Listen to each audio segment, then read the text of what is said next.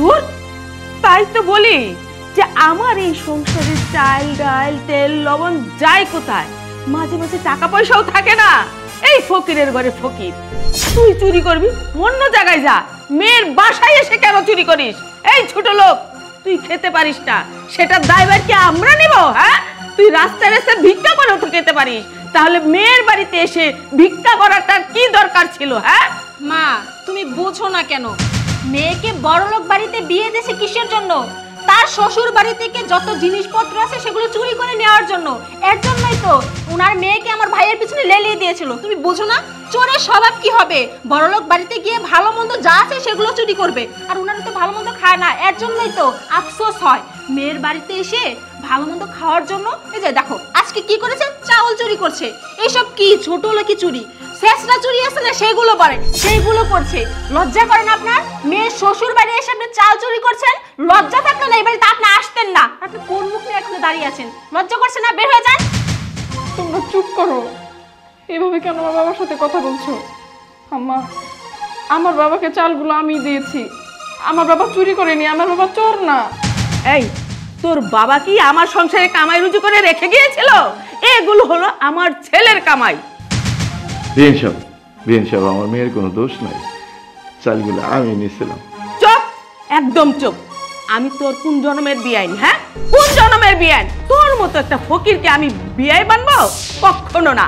এই, আগে এটাকে বাড়ি থেকে ঘাট ধাক্কা দিয়ে বের করে দিই আমার ছেলের আসার আগে, আর ওটার ব্যবস্থা আমি পরে করছি। আলিফকে আসতে দিই। ঠিকই বলেছে মা, ধরো। মা, এসব কি চলতেছে এখানে? কি হইছে? কি হয়েছে আমি বলছি। আলিফ, তুমি আমাকে ভালোবেসে বিয়ে করেছো। তুমি খুব ভালো মতোই জানো আমাদের পরিবারের অবস্থা ভালো না। আমার বাবা একজন দিনমজুর। দেখো, বিয়ের পর থেকে কিন্তু আজও পর্যন্ত আমার বাবা তোমাদের বাড়িতে একদিনও আসেনি। আজকে আমার বাবা এসেছে বাধ্য হয়ে। জানো আমার মা খুবই অসুস্থ। তুমি এটাও জানো বাবা যেহেতু দিনমজুর, মার ট্রিটমেন্ট করবে তো দূরের কথা, ঘরে এমন টাকাও নেই যে চাল ডাল কিনে খাবে। আমার মা তো অসুস্থ, আমার মাকে কি না খাইয়ে রাখবে? সেজন্য বাবা বাধ্য হয়ে আমার কাছে এসেছে। আমি কিন্তু বাবার মুখে চুন কালি দিয়ে তোমাকে বিয়ে করে এই বাড়িতে এসেছি। একদিনের জন্য আমি আমার বাবা মাকে দেখতে পর্যন্ত যাইনি। বাবা কত কষ্ট করে আমাকে মানুষ করেছে, সেই বাবাকে আমি দুঃখ দিয়েছি। সব কিছু ভুলে বাবা এ বাড়িতে এসেছে শুধুমাত্র একটু সাহায্যের জন্য। খেতে পারছে না, ঘরে কিছু খাওয়ার নেই। বাবা যখন এসে আমাকে বললো না, আমি আসলে পারছিলাম না, আমি কি করব। আমি চাইলেই তোমাদেরকে না জানিয়ে আমার পরিবারকে সাহায্য করতে পারতাম, অনেক কিছু দিতে পারতাম, কিন্তু তোমাদের অগোচরে যদি সেটা করি তাহলে আমি চোর হয়ে যেতাম, আর আমি সেটা কখনোই চাইনি। তোমাকে যেহেতু আমি ভালোবেসে বিয়ে করেছি, তোমাকে আসলে বলার সাহস পাইনি। যদি তুমি মনে করো যে আমি আসলে তোমার টাকা পয়সার লোভে আমার পরিবারকে ভালো রাখার জন্য তোমাকে বিয়ে করেছি, এই জন্য কখনো আমি তোমাকে বলিনি। কিন্তু বাবা যখন এসে আমাকে বলেছে আমি কি করতাম, আমি অল্প কিছু চাল দিয়েছি ইচ্ছা করে। তোমার মা আর তোমার বোন আমার বাবাকে যা ইচ্ছে তাই বলে অপমান করছে। শুধু তাই না, আমার বাবার গায়ে হাত তুলেছে, ঘাট ধরে বাড়ি থেকে বের করে দিতে যাচ্ছে। আমি কি অনেক বড় অন্যায় করে ফেলেছি? আমার বাবা তো, বাবার কষ্ট মেয়ে কিভাবে সহ্য করে? আমি যদি ভুল করে থাকি তাহলে তোমরা প্লিজ আমাকে ক্ষমা করে দাও। তাও আমার বাবাকে তোমরা এভাবে আর অপমান করো না। মা, এসব আমি কি শুনতেছি? একটা মানুষের সাথে তুমি কিভাবে এমন আচরণ করতে পারো? মা, তুমি কি ভুলে গেছো আমাদের অতীত কি ছিল? হ্যাঁ, আমাদের জীবন কিভাবে চলছে, আজকে এরকম একটা অবস্থানে আমরা কিভাবে আসছি? আমাদেরও কিন্তু অবস্থার খারাপ ছিল, খারাপ অবস্থার মাঝখান দিয়ে আমরা আজকে এত দূর পর্যন্ত আসছি। মা, আমরাও কিন্তু 2 দিন পর পর একবেলা খাইছি, পেটটা ভরাইছি।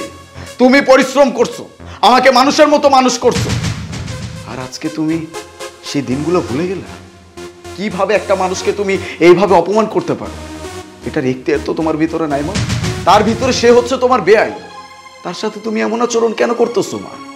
মা, একটা কথা বলি, কখনো নিজের অতীতকে ভুলে যেতে নেই। আজকে তোমার অবস্থার পরিবর্তন হয়েছে, আজকে তোমার ভালো অবস্থা আছে, কাল যে তোমার অবস্থার খারাপ পরিণতি কখনো আসবে না এটা কিন্তু কেউ বলতে পারে না। এখন ভালো আছো এই বলে মানুষকে মানুষ মনে করবা না, এটা কিন্তু কোথাও লেখা নেই। একটা মানুষের সাথে এমন আচরণ তুমি কিভাবে করবে?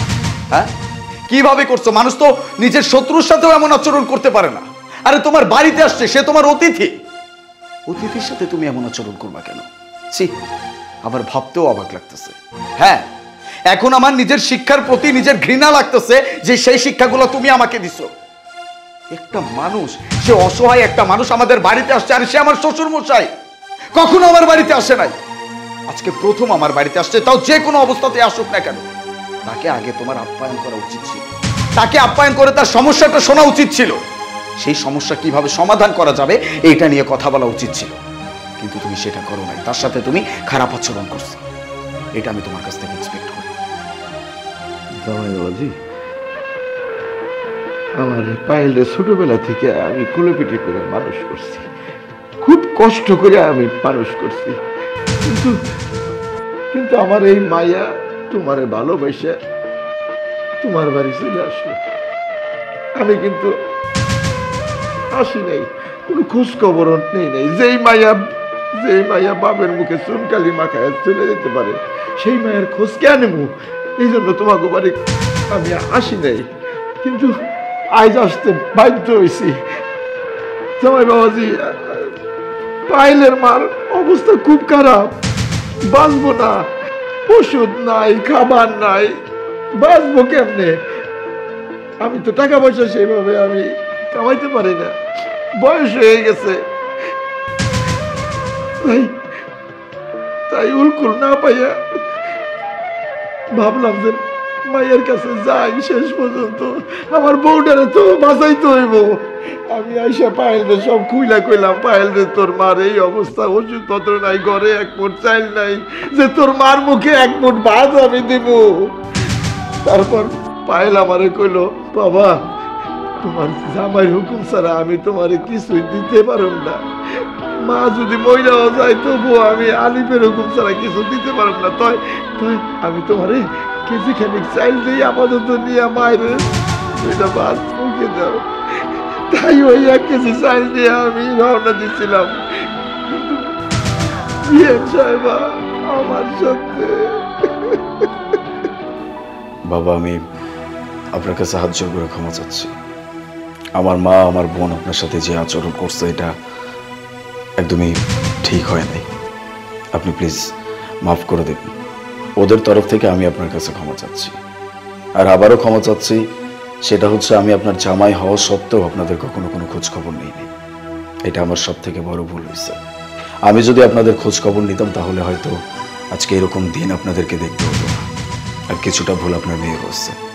হ্যাঁ, আমি মানতেছি আমরা পালায় বিয়ে করছি, যেটার কারণে আপনাদের মান সম্মান সব কিছু ধুলোর সঙ্গে মিশে গেছে। সেটার জন্য আমরা আপনাদের কাছে ক্ষমা চাইতে রাজি আছি, কিন্তু দিন শেষে আপনার মেয়ের উচিত ছিল যা হয়েছে হয়েছে, নিজের বাবা মায়ের কাছে যাওয়া, তাদের খোঁজ খবর নেওয়া, তাদের যদি কখনো কোনো সমস্যা হয় সেটা আমাকে জানানো। সেটা সে করে নাই। যাই হোক, সব কিছু মিলিয়ে আমরা সবাই আপনার কাছে ক্ষমা প্রার্থী। আপনার সাথে আমরা সবাই অন্যায় করছি, শুধু আপনার সাথে না, আপনাদের পুরো পরিবারের সাথে। এখন এত কথা বলে আমি সময় নষ্ট করতে চাচ্ছি না। যেহেতু মা অসুস্থ, তাকে আগে চিকিৎসা করাইতে হবে, সুস্থ করাইতে হবে, তারপরে বাকি কথা। মায়ের চিকিৎসা নিয়ে একদমই চিন্তা করবেন না, যত টাকা লাগে আমি বহন করব। হ্যাঁ, চিকিৎসার যত খরচ সব কিছু আমি দিব, এমনকি আপনাদের খাওয়া দাওয়ার খরচও। আপনারা না খেয়ে থাকবেন না, আপনারা ভালো থাকবেন, আপনারা সুস্থ থাকবেন। তারপরে কে কি করবে না করবে সেটা আমার দেখার বিষয় না। কেউ যদি আমাকে বারণ করে তাতেও আমার কিচ্ছু যায় আসে না। আর এই যে তুমি একটাবারও চিন্তা করতে পারলো না যে তোমার জামাই মানুষটা কেমন? তোমার হাজব্যান্ডকে যদি তুমি এতটুকু বিশ্বাস না করতে পারো তাহলে আমি কোথায় যাব? তোমার বাবা মা আমারও বাবা মা, তাদেরকে আমি কখনো পর করে দিচ্ছি? দিই নেই তো। আমি সবটা সময় তোমাকে বলছি তাদের খোঁজ খবর নাও, যাও, মাফ চাও, প্রয়োজনে পায়ে পড়ো, আমি যাচ্ছি তোমার সাথে। কিন্তু তুমি আমার কোনো কথাই শোনো ভাই। আজকে দেখছো তাদের অবস্থা। এই জন্যই বলে বাবা মা যাই করুক না কেন, বাবা মাকে প্রয়োজনে বোঝাও, তারপরেও তাদেরকে ছেড়ে যেও না। আর মা, একটা কথা মাথায় রেখো, অহংকার পতনের মূল। আজকে এই সব কিছু নিয়ে তোমার সম্পদ, তোমার টাকা পয়সা, এগুলো নিয়ে যে দাম্ভিকতা দেখাইতেছো, যে অহংকারটা দেখাইতেছো, আজ বাদে কাল যখন এটা থাকবে না তখন কিসের অহংকার করবো? অহংকার করতে নেই মা। এই শিক্ষাটা তুমি আমাকে দিছো, কিন্তু আফসোস সেই শিক্ষাটা তুমি নিজে ভুলে গেছো। শুধরে যাও বাবা, এখানে দাঁড়িয়ে সময় নষ্ট করলে আমাদের চলবে না। আপনি চলুন, মায়ের কাছে যেতে হবে, মায়ের চিকিৎসা করাইতে হবে, সব ব্যবস্থা করতে হবে। চলুন। পায়েল, পায়েল, আমি তোর উপরে রাখছিলাম, তুই আমাকে মুখে চুনকালি মাখায় তুই চলে আইছিলি, কিন্তু এখন তো তোর জামাইয়ের মুখে যা শুনতেছি তাতে তো আমার মন ভরে যাইতেছে। আল্লাহর কাছে আমি লাখ লাখ শুকরিয়া করি। বাবা তুমি ভালো থাকো, আল্লাহ তোমার আরো ধন সম্পদ দিয়ে বইরে রাখুক, তুমি ভালো থাকো। আচ্ছা ঠিক আছে, সব কথা পরে হবে, এখন আমরা আগে যাই। চলুন। দাঁড়া বাবা, বিআই সাহেব, আমি ভুল করেছি, অন্যায় করেছি, আমি অনেক বড় পাপ করেছি। আমার পাপের শাস্তি আমি পেয়েছি। আমি অন্ধ ছিলাম, আমার বিবেক খুলে গিয়েছে, আমি চোখে দেখতে পাচ্ছি। আমাকে ক্ষমা করে দেওয়া যায় না? হ্যাঁ তাও এসব আমাকে মাফ করে দিন, আমি আপনার সাথে অনেক বেয়াদবি করে ফেলেছি। কিরে বাবা, তোর শাশুড়িকে দেখতে কি তুই একাই যাবি? আমাকে নিবি না? হ্যাঁ মা, অবশ্যই যাবেন। আপনারা যে আমাদের বাড়িতে যেতে চেয়েছেন এটা তো আমাদের জন্য অনেক আনন্দের। বাবা চলো, চলুন আম্মা।